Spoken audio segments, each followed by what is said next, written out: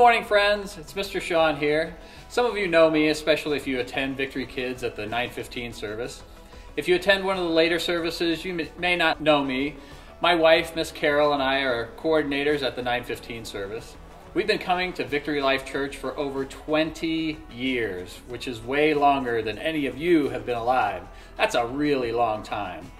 I'm here to kick off a new video series called I Am Set Apart.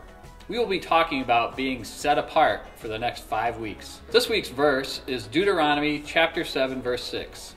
It says, "For you are a people holy to the Lord your God.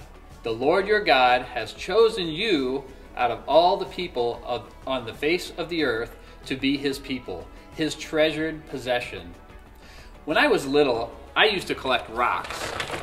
I bet some of you guys collect things too. Some people collect baseball cards, some people collect stamps, some people collect stuffed animals. I like collecting rocks because they were all different. I would collect rocks of all different sizes and shapes and colors. I love my rocks. But in my collection of rocks, there were a few that I loved the most. There were some that had really pretty colors like red or blue. There were some that had really interesting shapes that reminded me of other things like a bird or a football. There were some that were really smooth. I just loved the way they felt when I rubbed them in my fingers. For my special rocks, I had a separate bag that I put them in to keep them safe and make sure that I didn't lose them. I set them apart from the other rocks in my collection. In today's verse, we read that the Lord your God has chosen you out of all the people on the face of the earth to be his people, his treasured possessions. It sounded like God was talking about my special rocks, but he wasn't. God was talking to the Israelites. They loved God just like you and I, and God loved them. Does God only love the people that love him and have given their lives to him? No, of course not.